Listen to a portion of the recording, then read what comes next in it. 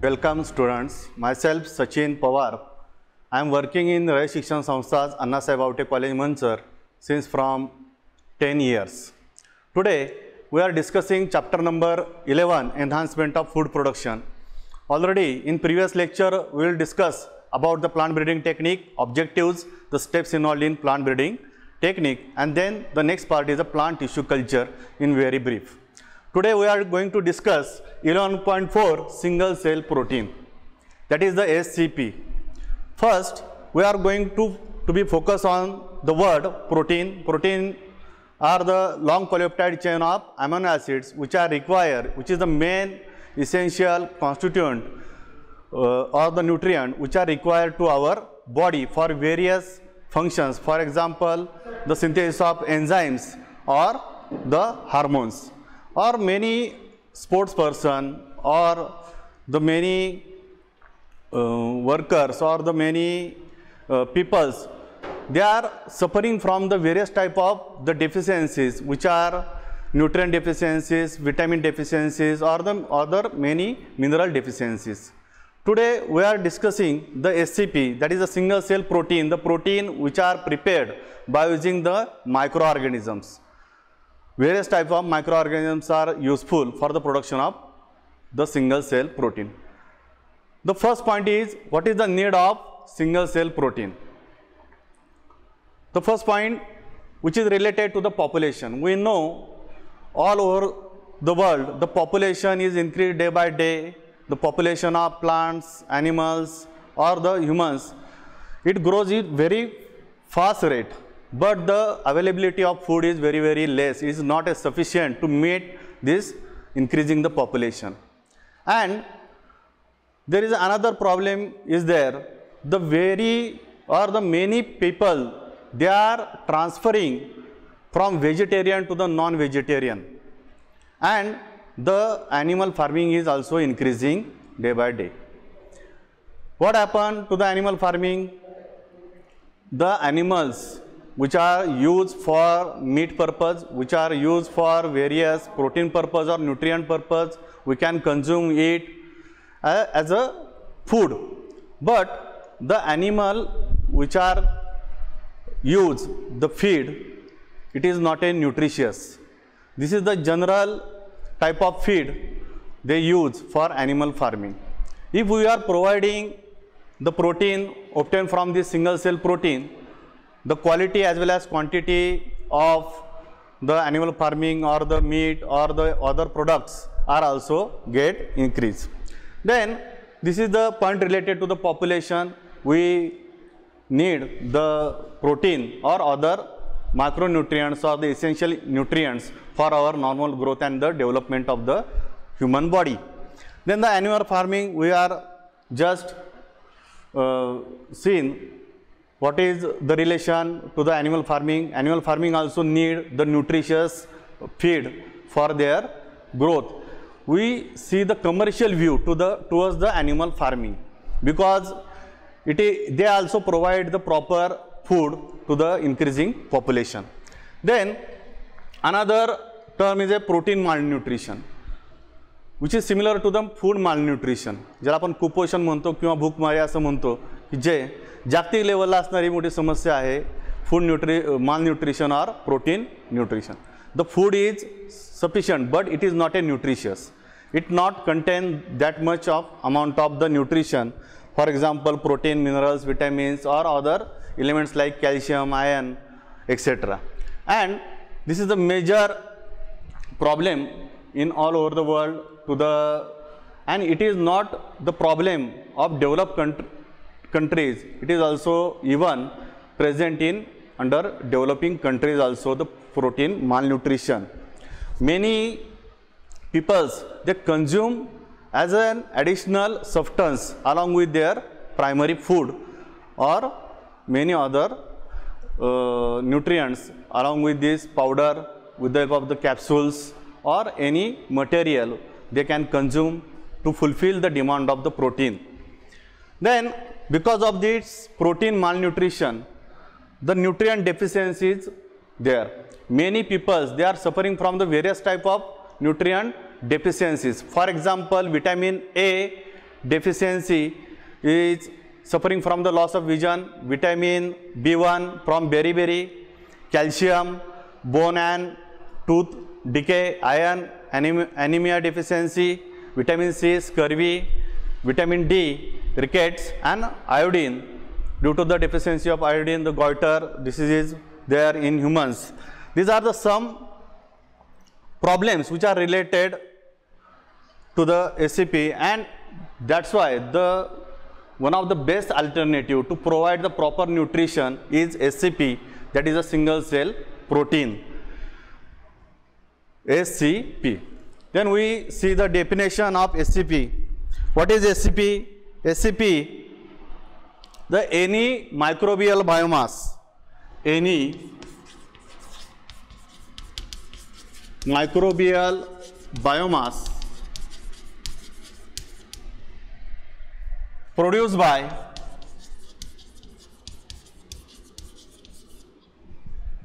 unicellular or multicellular organism or microbes and which can be used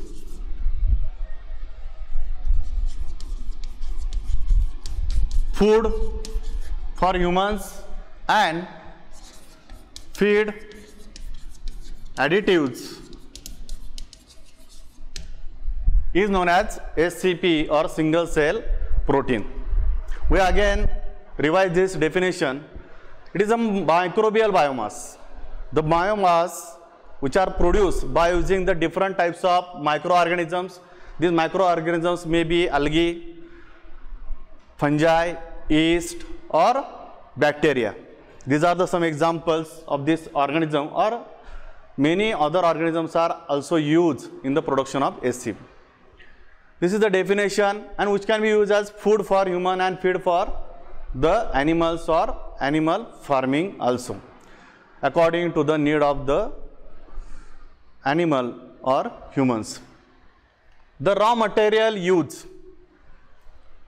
for this SCP, the raw material used which can be taken from the agricultural waste, wood shavings, sawdust, corn cobs, paraffin, N-alkanes, sugarcane molasses, plant and animal waste. These are the all waste products which are present in nearby our area or industry. In small scale or large scale industry, we can use as a raw, as a substrate, which are inexpensive. It is very easily available, and by using this waste material, these organisms are grown and they convert the carbon and nitrogen from this waste material and convert into the form of high amount of protein and other nutrients by using this raw material. Raw material is also essential. We again repeat the agriculture waste, wood shaving, sawdust, corn cobs, paraffins, N-alkanes and sugarcane molasses, plant and animal waste. Because of using this raw material, we can also remove the pollutants from our surrounding or from our environment. It should be a pollution free environment. Then the next point is the organism used in SCP, that is a single cell protein. There are 4 types of organisms. From algae, we can say it is a unicellular or multicellular microbes. Means these microorganisms are unicellular, एक पेशी सुद्धा आहेत आणि multicellular सुद्धा ते आहेत. For example, in algae, the Chlorella pyrenodosa and the Spirulina species. Spirulina species is the most important organism which are involved in SCP nowadays. Chlorella is unicellular, Spirulina is multicellular organism.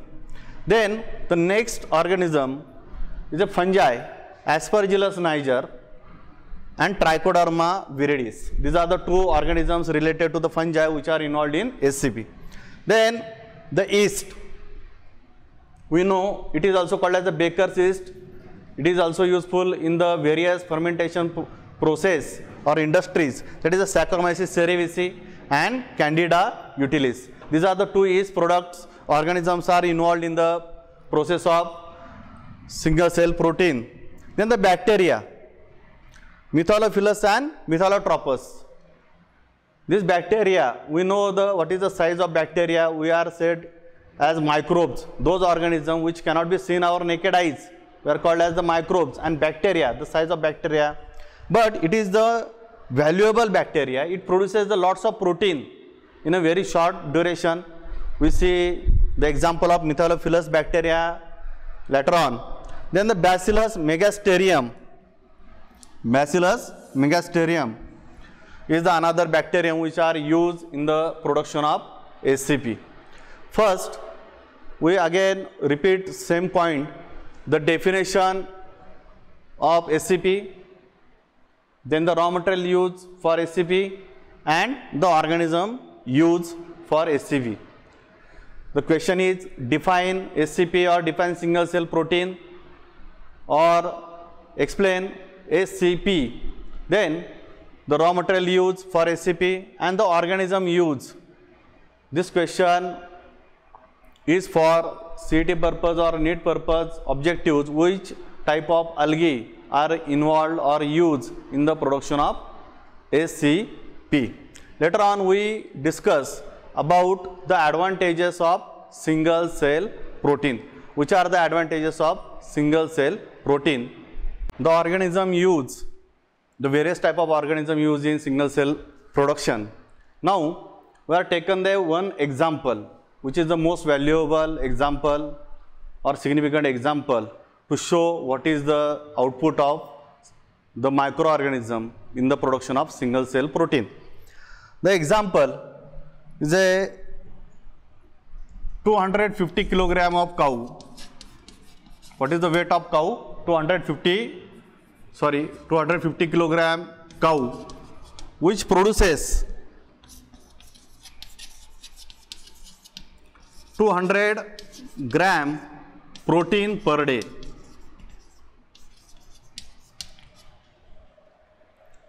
250 kilogram of cow which produces 200 gram of protein per day. We know how much feed is required to a one cow. Then the organism, the name of the organism is Methylophilus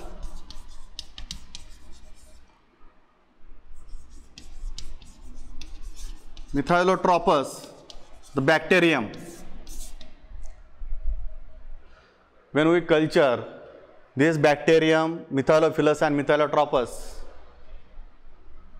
it produces 25 tons of protein per day. 25 tons protein per day. This is a commercial view, commercial production of Methylophilus and Methylotropous bacterium from the culture in a large scale production. Because of the rapid growth of the organism, how it possible? Rapid growth of organism. The reproduction rate is very high. Reproduction rate of bacteria is very high, and it produces the large production within short time.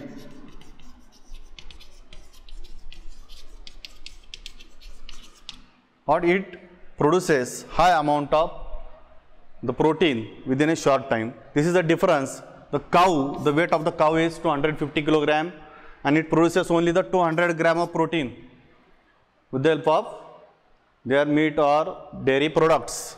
But the Methylophilus and Methylotropous bacterium, it produces the 25 tons of protein per day. Because of the rapid growth, reproduction rate is high and the large production is within a short time. This is the one of the best example of single cell protein. Now we study the advantages of single cell protein. This is the one of the major advantages. By using the microbial biomass, we can produce the microbial biomass with the help of the raw material. We can produce the large amount of protein which are necessary to fulfill the requirement to the increasing population within a short time. Then it is used as a food for human. It can be used as a supplementary food for human, and also it gives the additives to the feed to the animal farming, the various animal farming. We can also provide the nutritious food or other minerals also. The microorganisms which can be easily genetically modified, we can use the genetically modified microbes or genetically modified microorganisms or GM organism we can produce. For example, the double the amino acid, we can develop the variety of microorganism which produce the double the amino acids, which directly affects on the production of the protein, because proteins are the long polypeptide chain of amino acids. Then this part is not only related to the protein, because these organisms not only produce the protein is a major part. For example, in spirulina in market, the spirulina powder, tablets or other form of spirulina products are also there available. Near about the 70 to 80% protein is present in spirulina. Nowadays it can be used for our soldiers and those people who are sports person. They use this type of powder which are not harmful to the human body, and many more advantages are there. We said it is not related to the protein. Along with the protein, various types of minerals, vitamins and fats and carbohydrates are also produced by these microorganisms, and these all are essential for the growth or to fulfill the demand of the nutritional food of human as well as animal feed. These are the some advantages of SCP. Another advantages, it is related to the raw material. The raw material used for SCP is a agriculture waste, wood shaving, etc. By using this raw material, the surrounding or the environment is a pollution free, and it is the best alternative source of protein and which provide to the human as a food and for animal as a feed. These are the points covered in SCP. Now we discuss about the new term or new terminology, the biofortification. Now the next term is a biofortification. It is related to the single cell protein, but it is not exactly similar. It is a different one. It is related to the plant breeding technique. We know the term fortification. Fortification means there is an addition of the certain vitamins, minerals or other nutrients we are adding into the food when we are processed. This term is the different is the fortification. There is an addition or it gives the supplementary to our food. But these nutrients which are not originally present, we are adding into this food. This is known as the fortification. But this term is a biofortification. Biofortification is a method of breeding crops.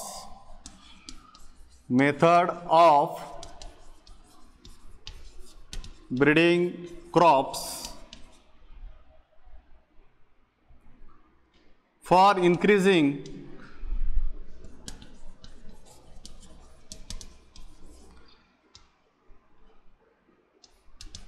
into nutritional value,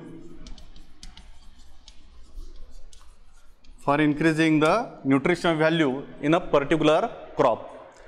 There are many crop varieties are developed during the Green Revolution by Dr. Norman Borlaug, the father of Green Revolution all over the world, Dr. Swaminathan. And they developed the various semi-dwarf varieties, high yielding varieties, disease resistance varieties and other varieties which are suitable for cultivation, which gives the significant amount of the production in India.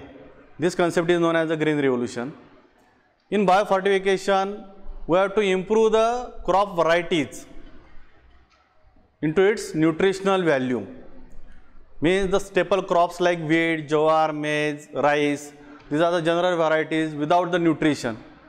But due to the deficiency of the minerals, we have to put the particular nutrients in that plant when it grows. ज्यावेळेस ते plant grow होत असतं त्याच वेळेस त्यामध्ये किंवा होण्या अगोदर त्यामध्ये असा जीन आपण इंट्रोड्यूस करू शकतो किंवा अशी जेनेटिक कॉम्बिनेशन किंवा हायब्रिडायझेशन प्रोसेसने असे गुणधर्म आणू शकतो की जेणेकरून ते प्लांट ग्रो होताना त्यांच्यामध्ये originally the plant having that much nutrient capacity and which are useful for the poor people or many undeveloping countries like India also. This is the biofortification. The objectives of biofortification to increase the protein, vitamin, minerals, content and quality. Content and quality. First we have to introduce the content into that particular crop and along with the quality, and it makes the crop nutritious. This type of all varieties developed by IARI, means the Indian Agricultural Research Institute, New Delhi. This institution which release this type of crops, and they release the commercial varieties for the farmers, and from farmers it can be transferred to our people by IARI, Indian Agriculture Research Institute, New Delhi. Then the fortification, how we can improve our general varieties, our staple crop varieties. There are two methods of biofortification.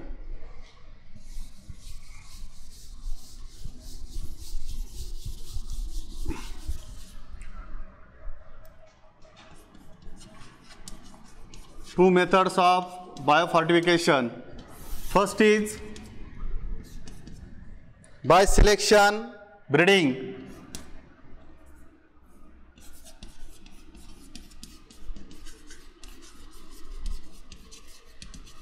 This technique involves the process of hybridization,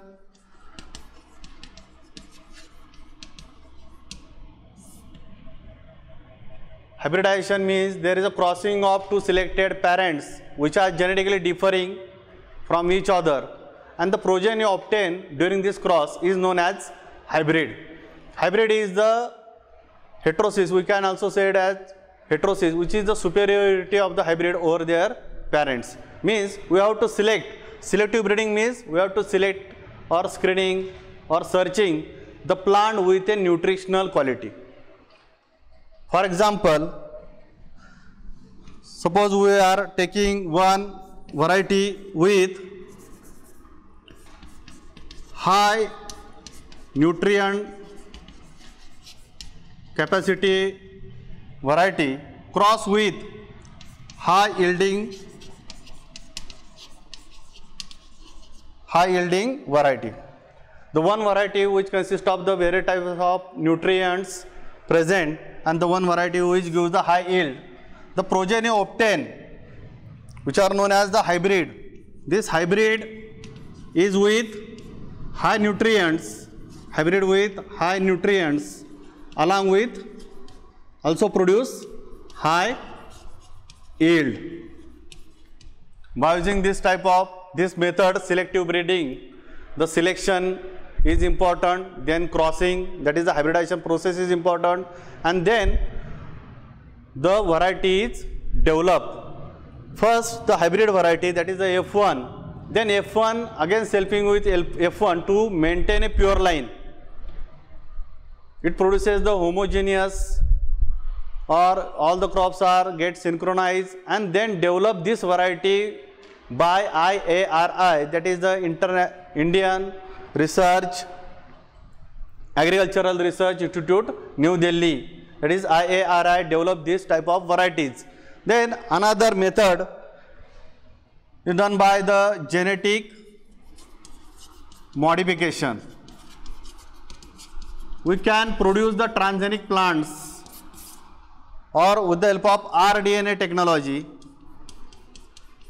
we can produce the high nutrient capacity crop which gives proper nutrition. For example, protein, vitamins, calcium, iron, and it removes the deficiency diseases from the population. The genetic modification rDNA technology, it requires various types of enzymes, then the vector and the laboratory which are required for genetic modification. The first research level is very cost effective, means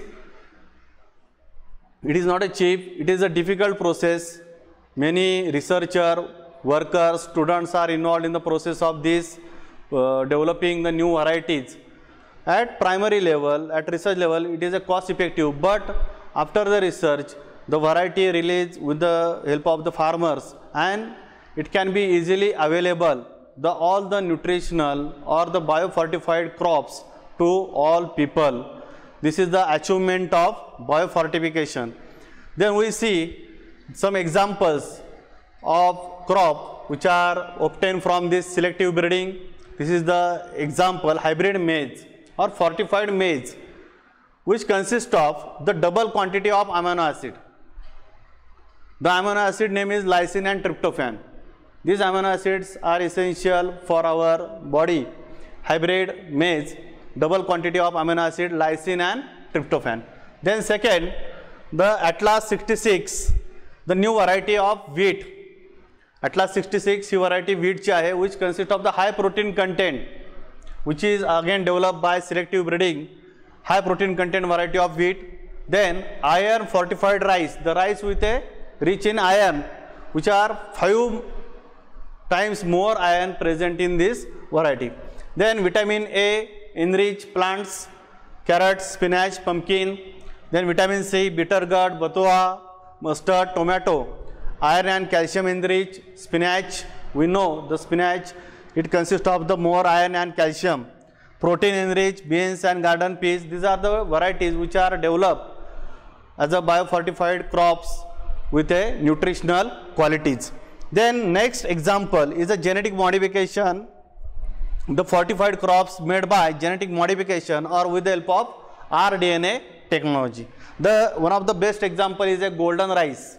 Golden rice is an example which provide vitamin A to human body. The bacterium, the gene taken from soil bacterium Erwinia, which are inserted in this rice variety. This is the genetically modified rice variety. It produces the transgenic rice, which consists of the gene which produce the synthesis of the enzymes which are synthesize the beta carotene and provitamin A. जो gene आहे तो gene विशिष्ट enzyme synthesis करतो की जे enzymes काय तयार करतात तर beta carotene and provitamin A. When we consume this golden rice in our body, these beta carotene and provitamin A, which converts into the vitamin A. Because of the golden rice, we get vitamin A by using this genetically modified rice variety. These are the some examples which are obtained from selective breeding and genetic engineering plant or rDNA technology. This point is also a new term, that is the biofortification. It is a method of breeding crops for its nutritional value, increasing its nutritional value by using these two methods, selective breeding and genetic modification. Selective breeding depends on hybridization process. Genetic modification depends on rDNA technology. We have to produce the genetically modified crop which consists of the nutritional quality. And IARI, Indian Agricultural Research Institute, New Delhi, they publish or they release all these commercial varieties which are having the nutrients which are useful for human beings or those people who cannot afford the various type of nutrients along with their food. They consume this type of variety, they easily get the nutrients. Thank you.